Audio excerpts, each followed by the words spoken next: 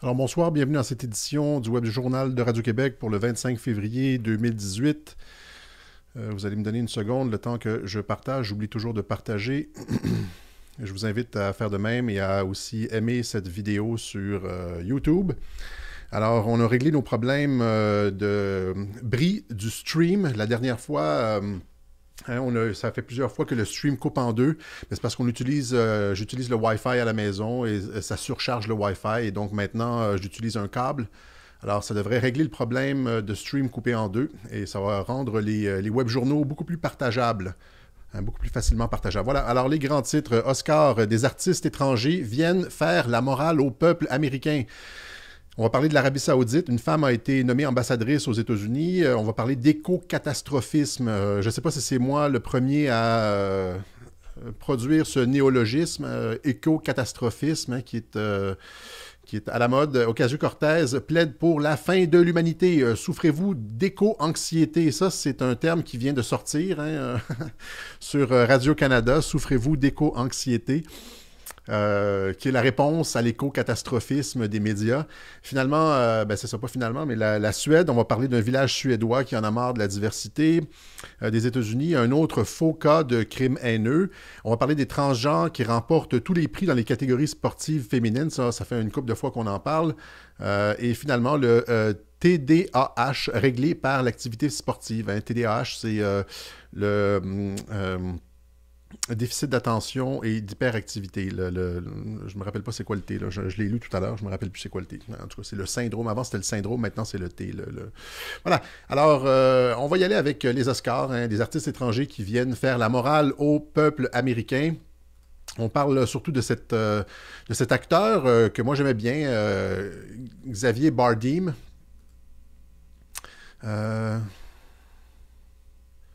Attendez-moi un instant. Xavier Bardem, Scene Show.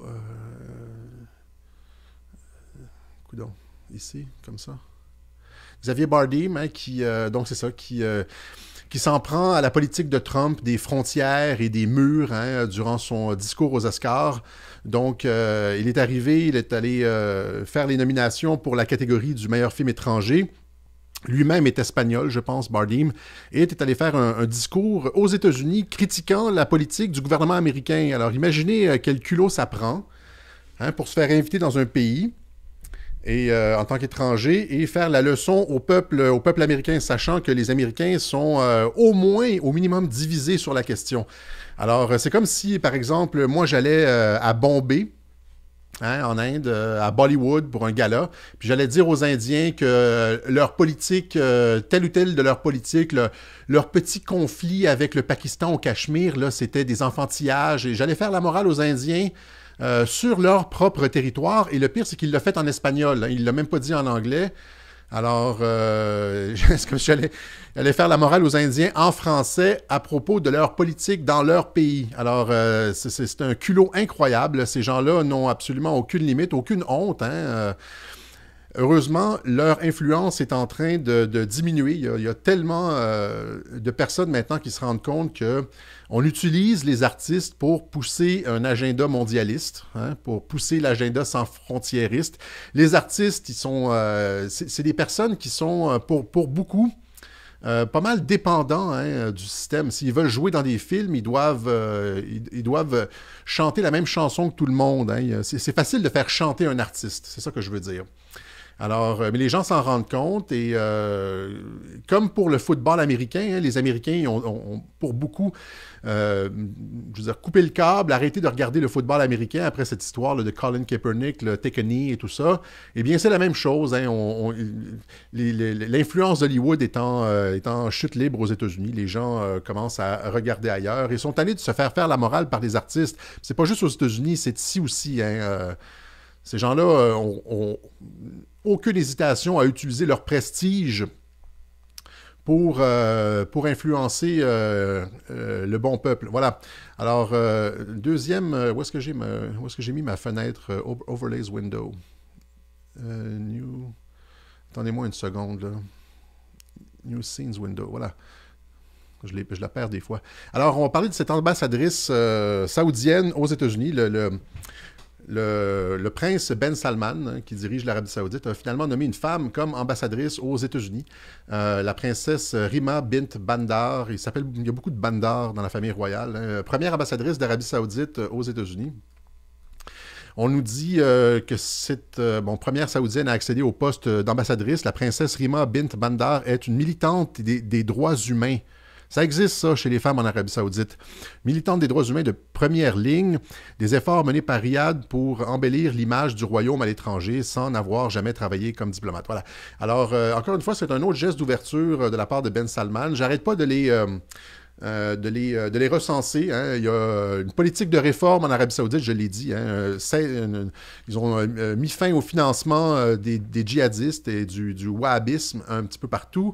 Ils accordent de plus en plus de droits aux femmes, le droit de conduire, des trucs de droit de vote, et puis ils ont recommencé à renseigner la philosophie dans les écoles. Maintenant, une femme qui devient un emblème, hein, pour les femmes en Arabie Saoudite. Alors, il faut comprendre que Ben Salman est essentiel, hein, dans le jeu d'échiquier international. Il s'est passé des choses horribles en Arabie Saoudite. Hein, c'est un royaume. Alors, ce sont les Saoudiens qui font la loi. Comprenez? Hillary Clinton et d'autres de l'État profond se sont rendus là-bas et je veux dire, ils ont des squelettes dans le placard en Arabie Saoudite. Et c'est la raison pour laquelle, notamment, il y a eu cette histoire de Jamal Khashoggi, le journaliste qui se serait fait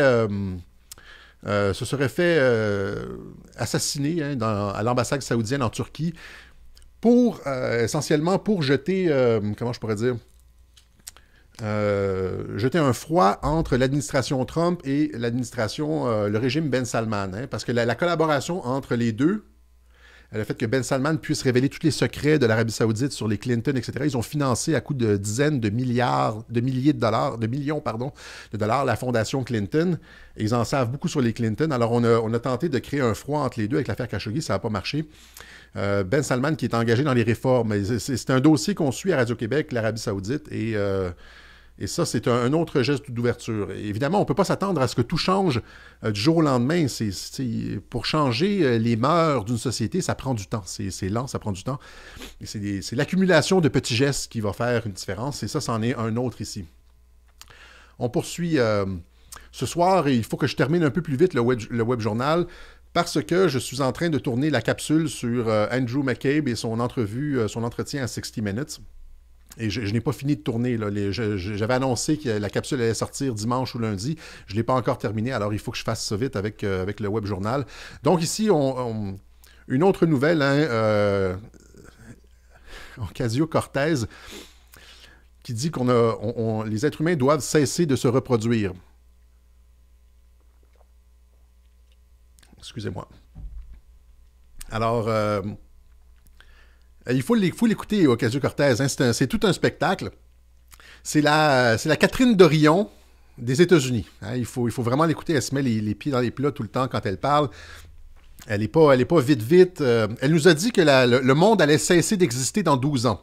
Dans 12 ans, il n'y aurait plus d'humains sur Terre. C'était la fin du monde dans 12 ans. Sur le site Breitbart, je pense qu'ils ont commencé un décompte, là.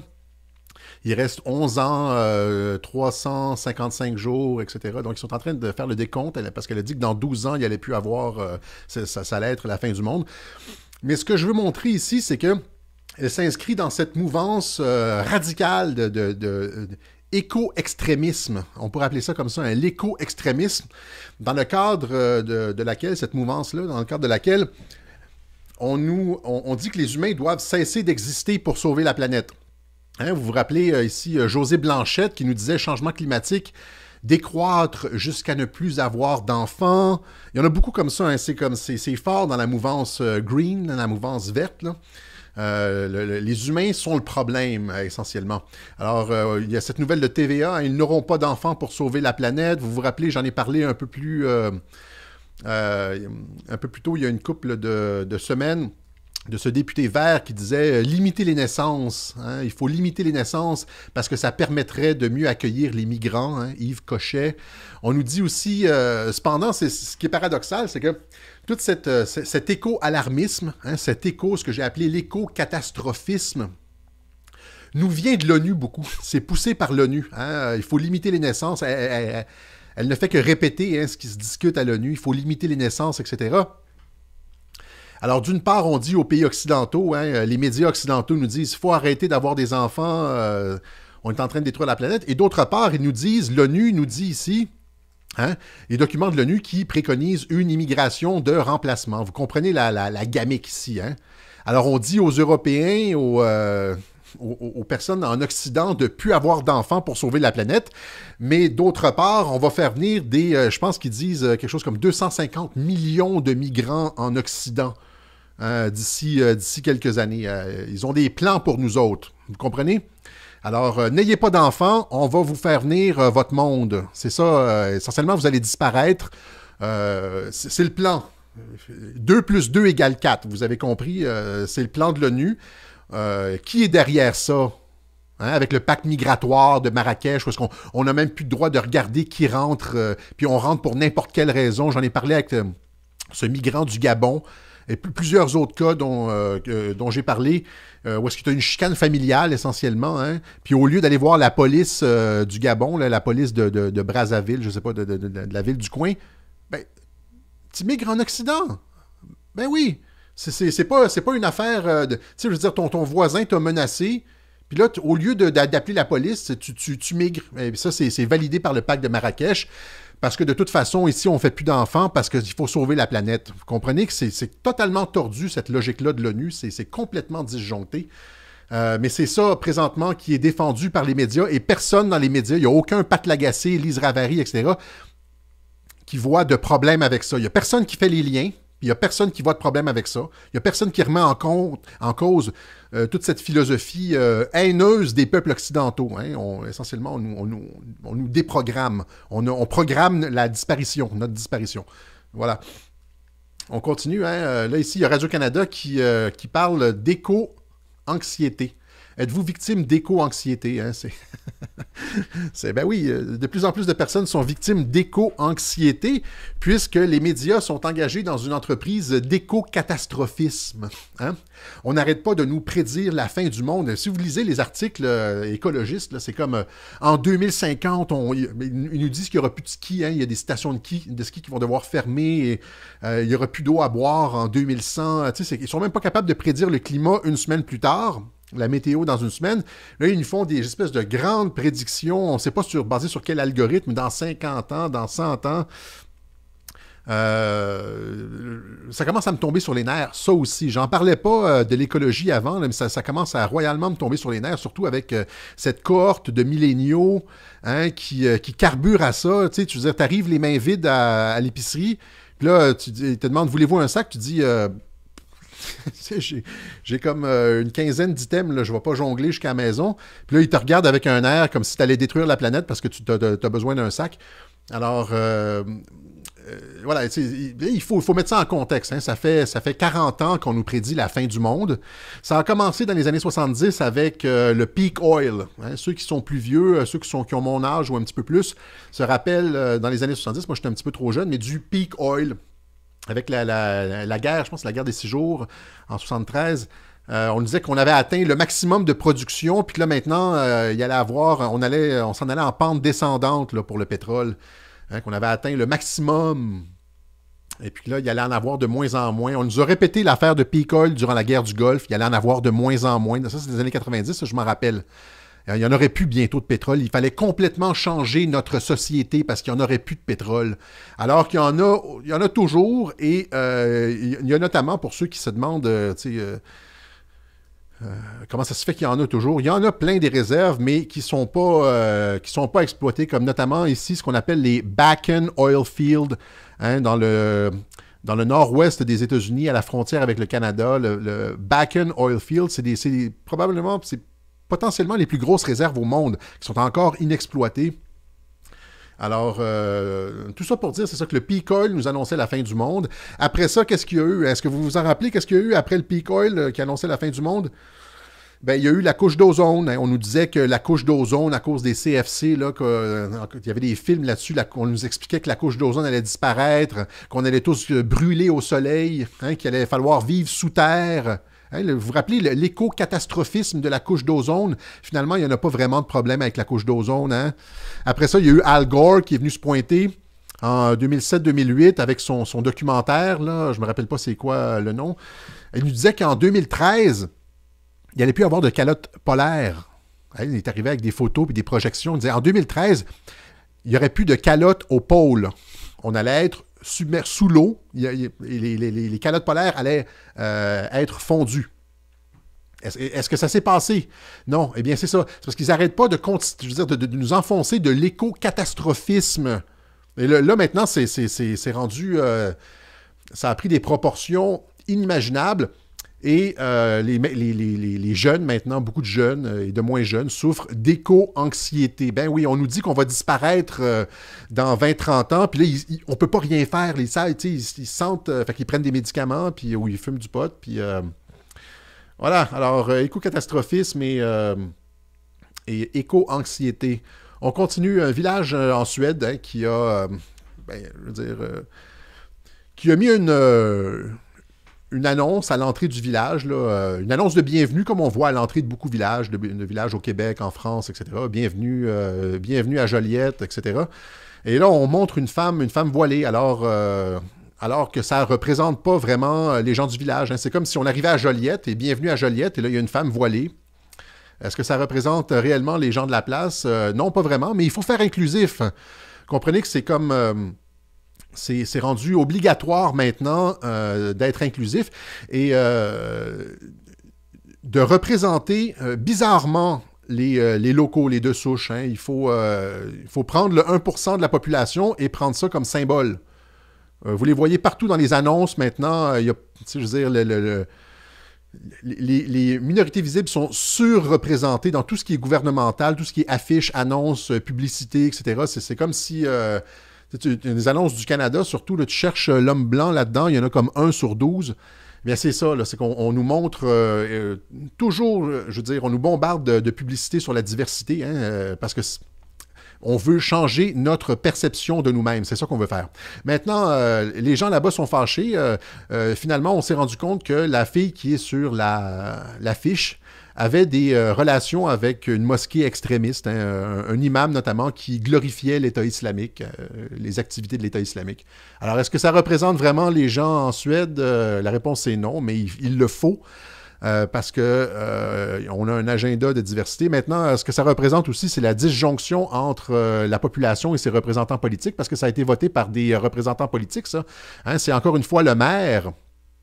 Les maires qui sont cooptés partout dans le monde et qui sont, je veux dire, associés au projet de l'ONU, hein, ce projet de diversité mondiale que Louise Arbour nous dit qui est inévitable. Hein, ils nous disent tous que c'est inévitable. Il va falloir faire avec la diversité. Hein? Alors que c'est totalement évitable. Ils le changent partout en Europe. Ils sont en train de changer ça. En Italie, en Hongrie, en Autriche, au Danemark, partout, ils sont en train de changer ça. Il n'y a rien d'inévitable là-dedans, mais Louise Arbour et tout ça nous bombardent de ce mantra-là. C'est inévitable, c'est inévitable. C'est pas vrai. On a changé un petit peu les choses avec la CAQ. On pourrait changer beaucoup plus. Okay? Être réellement représenté. Mais les maires sont cooptés par l'ONU, comme Valérie Plante, avec sa tournée des différents maires hein, partout au Québec, où est-ce qu'on va implanter des immigrants en région. J'en ai parlé de ça aussi, je l'ai démontré finalement que j'avais raison. Alors, ça se passe aussi en Suède. Hein, les maires qui sont cooptés par l'ONU et qui imposent la diversité à leur population, à des populations réticentes qui n'ont rien demandé. Voilà. On continue avec ça ici, une autre fausse... Qu'est-ce que c'est ça? Une autre fausse alerte au crime haineux aux États-Unis. Hein. Il y a cette activiste, cette militante des droits LGBT qui avait allégué qu'on avait mis feu à sa maison et qui avait même perdu ses 5 animaux de compagnie. Et finalement, on se rend compte, comme dans le cas de Jessie Smollett, que c'est elle-même qui avait mis le feu à sa maison pour paraître comme la victime. Et j'en ai parlé aussi, ça, dans des capsules précédentes. Hein, les médias prennent tellement toujours le parti de la victime dans ces événements-là et sont tellement toujours à la poursuite des crimes haineux. qu'ils ne font plus leur travail d'analyse. Okay? Ils n'ont plus de raisonnement critique. De toute façon, ça fait longtemps qu'il n'y a plus de raisonnement critique dans les médias et qu'ils poussent un agenda. Et là, tout ce qui va dans le sens de l'agenda mondialiste, les médias reprennent ça de façon comme des paroles d'évangile. Alors ici, hein, hate hoax, prosecutors charge LGBT activists with burning down own home with pets inside. Alors elle a cruellement saccagé, tué ses propres animaux de compagnie pour apparaître comme une victime, hein, et faire passer ça sur le dos de l'intolérance. Voilà. Alors, ça s'est passé avec Jussie Smollett, mais il y a plein de cas comme ça. Rappelez-vous, dans la foulée de l'attentat de Québec avec Alexandre Bissonnette, là, il y avait eu une alerte à la bombe à Concordia. Finalement, on s'était rendu compte, tout le monde disait que ça doit être un blanc qui a fait ça. C'était une alerte à la bombe anti-musulman. Hein. C'était avec des... Il y avait eu une note qui avait été laissée, les maudits... Mais finalement, on s'est rendu compte que c'était un musulman lui-même qui l'avait fait. La même chose, hein. Et là, j'ai oublié de rentrer aujourd'hui. Il y a eu cette maison des réfugiés syriens qui a été brûlée, qui est passée au feu la semaine dernière. Et apparemment, TVA Nouvelle a eu des messages haineux. Ça, je voulais en parler parce que ça aussi, ça a l'air d'une opération sous faux drapeau. Si tu regardes les messages, moi, il n'y a aucune contradiction. Personne ne vient contredire les personnes, hein, ces messages-là. Personne vient... je veux dire, ils sont tous stackés ensemble comme un bloc. Moi, j'ai essayé de trouver certains des noms. Je ne les ai pas trouvés sur Facebook.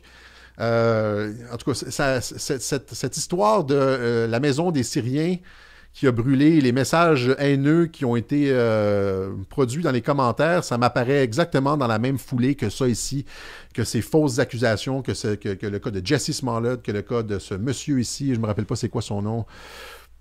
Les gens on essaye de mal faire paraître tout ce qui résiste à l'immigration, hein, sur des raisons morales. Alors que la critique est très raisonnée. Il y a d'ailleurs, je fais le lien avec un article que je n'ai pas mis aujourd'hui, Pierre Fortin, parce que je n'étais pas supposé parler d'immigration aujourd'hui. Pierre Fortin, un article sur le journal Le Peuple, qui indique que l'économiste Pierre Fortin dit qu'on fait rentrer des gens ici, mais ça ne comblera pas les postes vides. Les postes qui sont à combler dans la prétendue pénurie de main-d'œuvre, ça aussi on en a déjà parlé dans des web-journaux précédents, les postes qui sont à combler ne seront pas comblés par l'immigration. Okay? C'est une illusion de dire ça. Okay? Voilà. Alors on poursuit. Faites attention à ces manipulations de l'information de la part des médias, hein, et ces faux crimes haineux. Okay? Ici, un autre dossier qu'on suit régulièrement à Radio-Québec, c'est la question des transgenres, hein, surtout dans les sports. On sait maintenant que le phénomène de transgenrisme se multiplie, hein, il fait des petits et ça devient cool maintenant de faire la transition. On n'arrête pas de nous les montrer comme des emblèmes de courageux, succès, avec tous les bons adjectifs. Là. À partir de Caitlyn Jenner, ça a commencé. Mais là, on les accepte dans les sports de plus en plus, aux États-Unis, aux Olympiques, et là, il y en a qui ont comme trouvé le poteau rose, hein, je veux dire, ils savent comment se faire de l'argent, gagner des bourses. Hein, les transgenres hommes, ceux qui transitionnent en femmes, gagnent tous les prix. Ben oui, un homme, là, génétiquement, ça a une masse musculaire, je pense que c'est 2 fois plus grosse que la femme, avec les réflexes, le système nerveux, tout est différent. Puis quand les femmes doivent compétitionner contre des hommes biologiques, là, des femmes trans, mais biologiquement des hommes, ils perdent toutes les compétitions, les hommes gagnent toutes les médailles. Alors, il y a des limites à l'idéologie. Hein. C'est bien beau, l'inclusivité, etc. Oui, on ne veut pas que les gens se sentent exclus, sauf que il y a des limites, là. On peut faire tomber les limites sociales, mais il reste des limites physiques, des limites biologiques. Et par le passé, les limites sociales étaient, pour beaucoup, dans beaucoup de cas, basées sur les limites biologiques. Mais là, on a comme mélangé les deux et finalement, on a laissé tomber les limites sociales et ce qui fait maintenant que les hommes peuvent compétitionner avec les femmes contre des femmes et gagnent toutes les médailles. Alors ici, c'est Transgender Runner takes first and second place in Connecticut High School Track Championship. Voilà. Et aussi ici, USA Powerlifting has banned, hein, les poids et haltères aux États-Unis. Les hommes pouvaient compétitionner contre des femmes. Pouvez-vous imaginer ça? À quel point on peut se faire de l'argent comme ça, là, avec des bourses et puis des prix? Alors, finalement, c'était tellement inégal comme compétition qu'ils ont banni la participation d'hommes trans. Évidemment, c'est pas inclusif, hein, mais biologiquement, c'est fondé. Alors, ils ont banni la participation d'hommes trans à des événements, de femmes trans ou en tout cas des hommes biologiques aux événements féminins.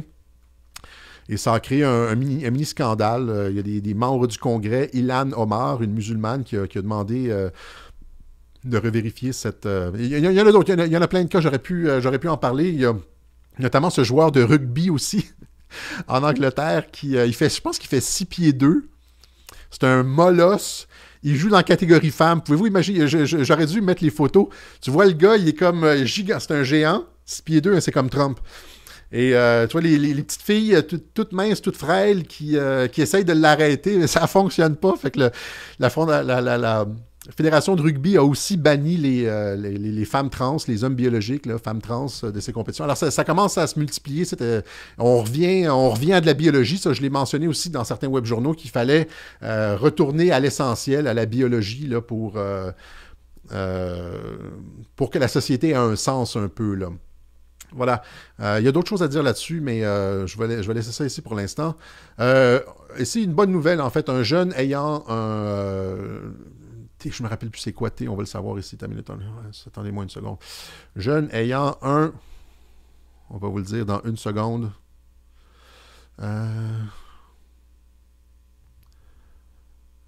Coudon. Je me rappelle plus c'est quoi T, là. Je suis sûr qu'il y a quelqu'un qui est en train de me répondre dans les commentaires en me disant T, c'est pour telle affaire. Ouais, non, je ne le trouve plus dans le texte. En tout cas, tendance ou quelque chose comme ça. Je ne me rappelle plus. OK? Alors, il est arrivé à l'école et c'est l'histoire de beaucoup de petits garçons à qui on prescrit du Ritalin, ce genre de choses-là, parce qu'ils sont trop actifs, ils sont hyper actifs. L'école l'école telle qu'elle a été pensée dans les années 70-80 écarte complètement, perçoit la masculinité comme un problème plus que d'autres choses. On demande aux petits garçons d'être essentiellement des petites filles. On ne peut pas bouger dans les cours d'école, on ne peut pas pousser, on ne peut pas jouer à tag, on ne peut pas lancer de balles de neige, on ne peut rien faire finalement. Fait que quand on dit qu'on donne les enfants de la récréation, là, on les laisse prendre de l'air puis parler. Mais ça ne fonctionne pas pour les petits gars. Les petits gars ont besoin de faire du sport. Moi, je sais, mon garçon, moi, il n'y a pas de TDAH, là, TDAH, mais tu le vois, là, tu y parles, puis à la jambe comme ça, il y a trop d'énergie. Les garçons ont énormément d'énergie. C'est pour ça qu'il faut qu'ils se poussent, qu'ils se tiraillent, qu'ils se chamaillent. C'est normal, c'est bon. Des fois, il y a un petit bobo. Ça dérange pas. On devrait passer l'éponge. Si les parents, en tant que... Le problème, c'est que les parents, maintenant, on crie pour un... En tout cas, il pourrait y avoir des poursuites, etc., mais il y a un problème légal derrière ça, mais le fait est que les jeunes ont besoin de bouger, puis maintenant, on règle ça en leur donnant des pilules. Fait que là, l'histoire ici, c'est que le père n'a pas accepté ça et a pris sur lui, il a essayé de faire entrer son garçon dans des programmes de sport-études, mais étant donné que ça allait mal à l'école, il n'y avait pas des bonnes notes, il était trouble du comportement un peu, là... on ne voulait pas le prendre en sport-études. Fait qu'il a dit, il a pris sur lui de faire de l'exercice à son gars. Du karaté, de l'escalade, minimum 1 heure par soir, hein, après l'école. Et les problèmes de déficit de l'attention et d'hyperactivité se sont estompés, ont complètement disparu. Alors, vous comprenez qu'on prescrit ces médicaments-là, comme le Ritalin, juste parce que les petits garçons ne font pas d'activité. Comprenez? Ils passent beaucoup de temps devant la télévision, devant l'ordinateur aussi. Moi, quand j'étais petit, on jouait dehors. Je ne sais pas si vous êtes comme moi. Quand j'étais petit, moi, j'étais le soir dans la ruelle, là, jusqu'à tard le soir. Ma mère m'appelait pour le souper. « Alexis, souper! » Puis c'était juste de l'activité physique tout le temps. Rentrer à la maison, c'était plate. Hein? On faisait les 400 coups, mais il n'y avait pas de prescription de Ritalin. Alors, c'est de ça qu'on a besoin. On a besoin d'une nouvelle philosophie de l'école, de l'éducation, où est-ce qu'on prend en compte le fait que les garçons ont, des réserves inépuisables d'énergie, puis il faut que ça sorte. Il faut que ça sorte, puis c'est pas en prenant des pilules qu'on règle ça. OK? Alors, à tous ceux qui prennent des pilules, tous les parents qui ont des enfants qui prennent des pilules, essayez donc ça. Regardez, allez lire cet article-là. Hein, Daphné Dion vient. dans le Journal de Montréal, un jeune ayant un TDAH dit adieu au Ritalin grâce au sport. Tout le monde peut le faire. En tout cas, je ne suis pas médecin, mais en tout cas, c'est à essayer au moins. Voilà. Et on continue avec ça. Il y a un texte ici je vais terminer là-dessus. Il y a un texte de Martineau qui est très, très, très intéressant, qui frappe dans le mille. Ça lui arrive des fois à Martineau de taper dans le mille. Disons que c'est comme 6 fois sur 10, il est pas mal. Des fois, il dérape complètement, mais 6 fois sur 10, il est pas mal, puis je suis en accord avec lui. Alors, il dit « La morale est pour les gens d'en bas ». Et là, il explique, je veux dire, avec la série de scandales, et on se rend compte qu'en haut, dans la superstructure, c'est corrompu. Imaginez, c'est corrompu à l'ONU aussi, c'est corrompu au gouvernement, c'est corrompu dans les municipalités, c'est corrompu dans les compagnies, SNC-Lavalin, Justin Trudeau, etc. C'est corrompu partout. Ces gens-là qui sont, je veux dire, à la tête des compagnies, sont des requins qui n'ont aucune morale. Et là, Martineau qui dit, la morale, c'est pour le petit peuple. Tu sais, il dit notamment ici, il décrit bien ça, il dit « À nous sentir coupables pour tout et pour rien, quand un sans-abri nous demande de l'argent et qu'on n'a pas de monnaie. » Tu sais, c'est vrai que tu te sens mal quand tu passes tout droit. Tu sais, moi, je donne là, aux sans-abri, je donne autant que je peux. Quand j'ai quelque chose dans mes poches, ça sort tout de suite. Tu te sens mal, tu sais, mais eux autres, en québécois, pour nos amis français, on dit c'est des crosseurs, OK? C'est pour ça qu'ils arrivent en haut. C'est ça qui est intéressant. C'est parce qu'ils n'ont pas d'éthique qu'ils arrivent en haut. Et ça a été très bien décrit dans le film ici, Assault on Wall Street. OK? Le propos de Martineau, en fait, est totalement reflété dans ce film-là. Je pense que c'est un film canadien, d'ailleurs, hein, où est-ce que tu vois le gars qui perd sa job, qui n'est plus capable de payer les médicaments pour sa femme. Sa femme a il est coupé de façon injuste. Il n'est pas capable de payer les médicaments pour sa femme. Il se fait refuser à l'hôpital. Sa femme meurt finalement. Puis à un moment donné, il pète sa coche, comme on dit encore une fois en québécois. Ça veut dire qu'il explose. Puis il va faire la peau à cette finance-là sans morale. Et là, il y a une discussion dans le film à la fin. Il se rend compte, il est directement en face du requin de la finance là, de Wall Street. Et le requin de la finance lui dit exactement comment ça fonctionne. C'est-à-dire, si tu veux monter en haut, il dit la crème monte toujours vers le haut. Hein? Puis ce que ce financier-là de Wall Street appelle la crème, c'est ceux qui sont prêts à tout pour arriver en haut. Si tu n'es pas prêt à tout, tu ne le mérites pas. Et donc, c'est la fin de la morale. Hein. Le libéralisme poussé à l'extrême, c'est la fin de la morale, la fin de ce que, ici, Jean-Claude Michéa appelle, lui, il l'appelle à partir de Orwell, George Orwell, 1984, la common decency. Hein. L'éthique, la décence commune, la décence minimale qui est le propre du petit peuple. Hein. Le petit peuple qui a, nous, on a comme... un sens éthique, un sens de la morale qui n'existe pas dans les élites libérales. OK? Et moi, c'est un de mes auteurs préférés, Michéa. J'adore ses livres. Jean-Claude Michéa, L'Empire du moindre mal, essai sur la civilisation libérale. C'est excellent. Si Martineau écoute, je lui recommande la lecture de Michéa. Il doit le connaître, d'ailleurs. Un excellent auteur. Il y a plusieurs livres là-dessus et c'est une révélation. Voilà. Donc, on a dépassé encore une fois un petit peu le temps. Je voulais faire ça rapide. On va prendre vos questions et vos commentaires. Je dois terminer, comme je vous dis, rapidement parce que je dois finir ma capsule sur Andrew McCabe. Je ne l'ai pas terminé. Isabelle Maltais qui me disait, ils vont-tu sortir bientôt tes capsules? Et la réponse, c'est oui. Je suis en train de les tourner là. J'ai pas eu le temps de regarder si j'avais reçu des dons. Il y en a sûrement quelques-uns qui sont rentrés. Je pense qu'il y en a quelques-uns qui sont rentrés sur PayPal. Donc, si vous voulez appuyer le travail de Radio-Québec, paypal.me/Alexis Cossette.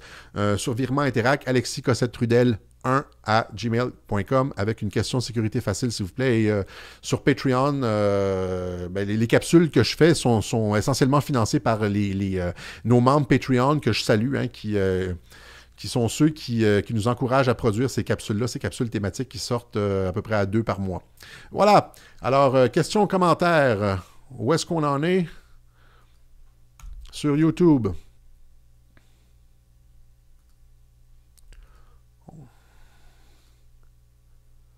Le chat. Que penses-tu de la saisie de 6 milliards de dollars aux USA? Peut-on qualifier ces attaques de siège médiéval? J'ai pas vu passer la nouvelle, Jacques. Bravo Alexis, gloire et santé Gloire à la Sainte Logique, oui. Je voulais dire, je voulais saluer nos amis français. Moi, j'ai regardé les chiffres des personnes qui nous regardent par continent. Il y a une personne sur 5, il y a 20% des gens qui nous regardent qui sont de France. Alors, on les salue. Il y a des personnes aussi, je pense quelque chose comme 1% de personnes du Maghreb, Belgique, etc. Il y a 2% des États-Unis, mais il y a un beau gros 20% d'auditeurs de Radio-Québec qui sont de la France. Alors, on les salue outre-Atlantique. Calme-toi, sinon tu vas retomber malade. Il fallait que je fasse ça vite aujourd'hui. C'est ça le truc. Je me suis dit, je vais faire ça comme 1, 2, 3, 4. Puis je suis aussi dedans parce que je préparais la vidéo juste avant, de 3 heures à peu près 6 heures. Là, j'étais dans la vidéo, fait que je suis dans le Venezuela, sa ligne rouge. Moi, j'ai dit, je crois pas que Trump va intervenir au Venezuela. Il n'y aura pas de troupes américaines. Je pense pas que Trump va appuyer un coup contre Maduro. Il y a des grosses déclarations. Mais Trump, rappelez-vous d'une chose. Trump est un nationaliste. Un nationaliste, ce n'est pas un mondialiste. Trump est pour le respect de la souveraineté des États. Il l'a dit à plusieurs reprises dans de nombreuses interviews. Et en conséquence, s'il est pour la souveraineté des États, il n'attaque pas de façon indue. Rappelez-vous les déclarations de Trump avec Kim Jong-un en Corée du Nord. C'était comme il faisait semblant qu'il était sur le bord d'attaquer. Finalement, c'était son meilleur ami, right? Le régime nord-coréen. Fait qu'il est capable de s'entendre avec des personnes. Les Nord-Coréens, c'est des communistes. C'est des rouges.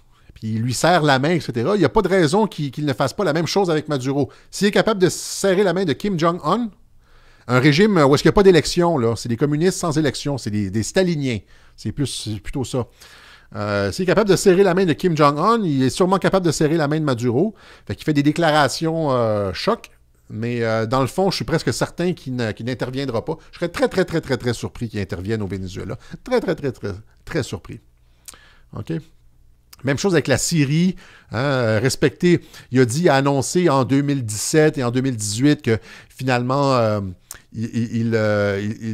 comment je pourrais dire, la politique avait changé, c'était plus du regime change en Syrie, que le Bachar pouvait rester, contrairement à ce que Obama disait, et tout l'État profond et tous les mondialistes voulaient sortir Bachar al-Assad. Là, Trump a dit non, il peut rester.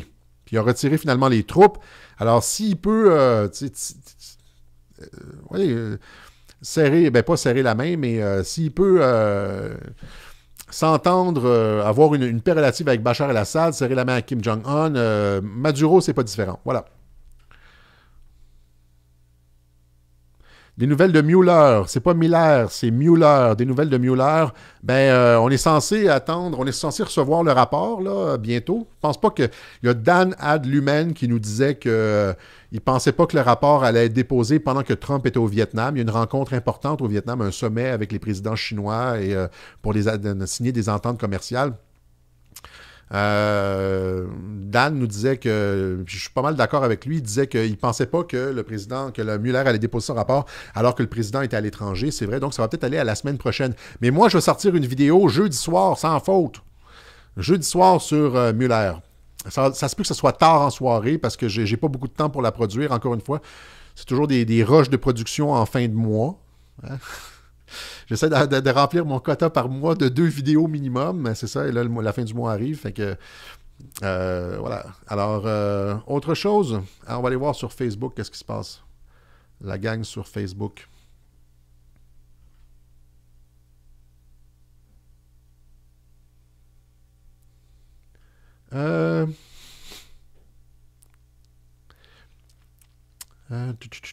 Julie Jeannette Girard, qui est encore une fois en retard. Alors, salut Julie.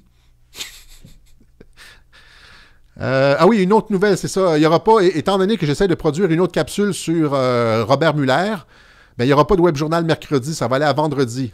Vendredi 20h, c'est le prochain web journal.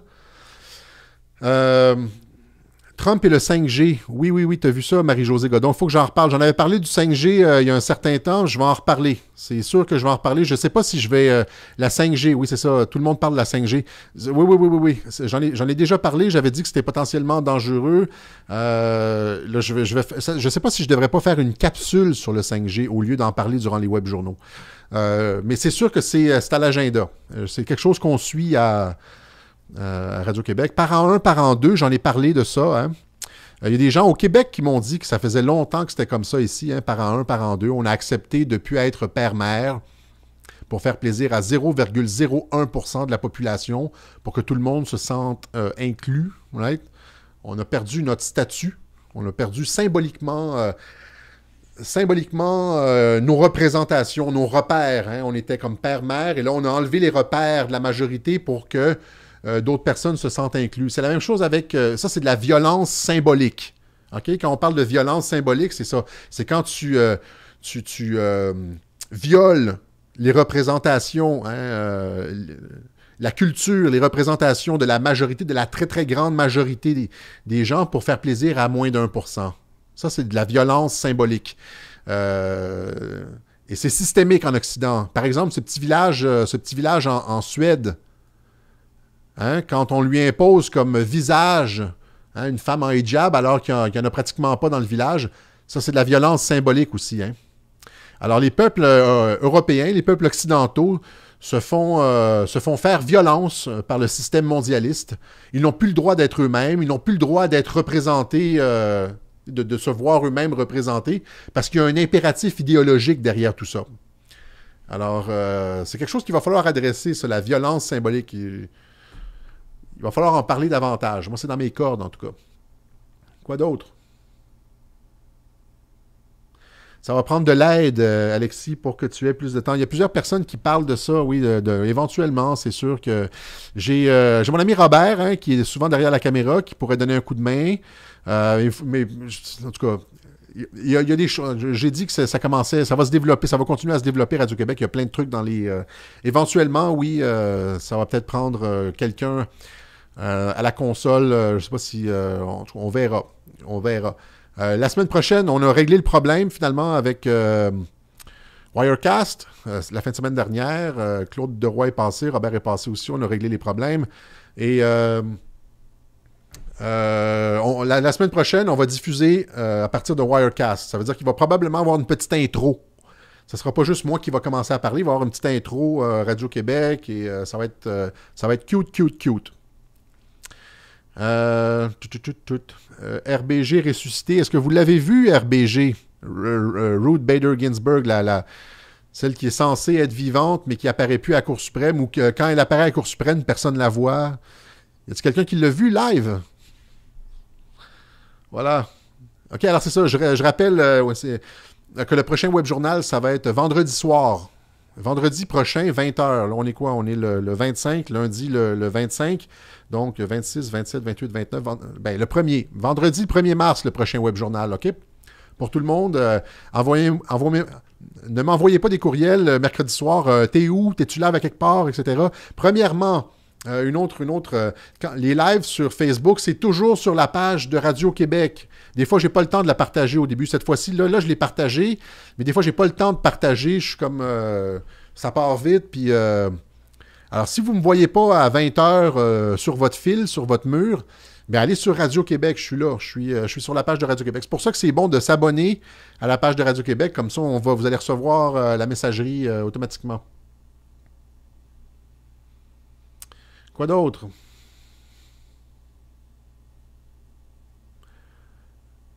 Ben, on est déjà exclus, dit Viviane Lebeau.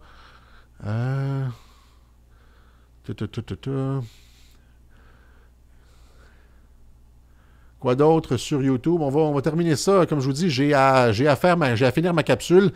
J'ai presque fini de tourner. D'ailleurs, vous allez probablement me voir habillé exactement comme ça dans la capsule qui va sortir demain en après-midi, vers 3h peut-être. Soit à 3h ou soit vers 8h. Ouais, un vieux clone, Robo, Cop, Ginsburg, ouais, c'est ça, RIP. Q commence à me faire perdre patience. Ben non, il est confirmé, Q. Andrew McCabe, c'est justement ça que je dis dans ma capsule. Andrew McCabe vient de confirmer tout ce qui a été dit par QAnon. Ben, pas tout ce qui a été dit, là, mais l'essentiel de ce qui a été dit par QAnon l'année dernière, c'est-à-dire qu'il y a un coup d'État contre le président. Il y a eu un coup d'État contre le président Trump. C'est Alan Dershowitz, c'est plusieurs personnes qui le disent, c'est un coup d'État. Et là, maintenant, ça sort d'un média, mais c'est Q qui en a parlé en premier. L'année dernière, il donnait toutes les informations, il disait qu'ils se sont rencontrés à telle place, ils discutaient de telle affaire. Fait que ceux qui ont commencé à suivre Q l'année dernière, moi, mes vidéos, ben, c'est ça que... Vous allez le voir dans la capsule demain, là, j'en parle. Je ne vais pas faire la capsule ici, là. Oui, c'est ça. As-tu entendu parler de l'article diffamatoire de la presse à propos de Ansaf Haider? Oui, j'ai pris la défense d'Ensaf Haider. Hein. Elle a, je veux dire, elle avait des accointances avec... C'est pas un extrémiste, hein, c'est Robert Spencer de Jihad Watch. C'est pas un extrémiste, c'est quelqu'un qui prend des positions dures contre l'islam, sauf que, je veux dire, un extrémiste, là, c'est les djihadistes. Hein. Les djihadistes qui sont partis en Syrie, c'est des extrémistes, ça. Mais les femmes qui sont allées rejoindre, qui sont allées en Syrie pour partir une famille sous le califat, c'est des extrémistes. La presse essaye de nous vendre ça comme des gentilles madames, des douces petites qui gambadent dans les champs. Alors que Robert Spencer, qui est une personne très articulée, qui a écrit des livres, hein, c'est difficile de le réfuter, Spencer. Moi, je ne suis pas tout à fait sur la ligne de Spencer en ce qui concerne l'islam.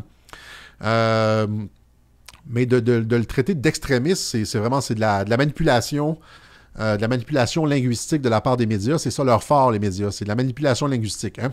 Vous le savez de toute façon, hein, tout ce qui n'est pas mondialiste est extrémiste, est populiste et extrême droite pour les journaux. Et je veux dire, sont dans un délire total en ce qui concerne les étiquettes, en tout cas. OK? Voilà. OK, ben écoutez...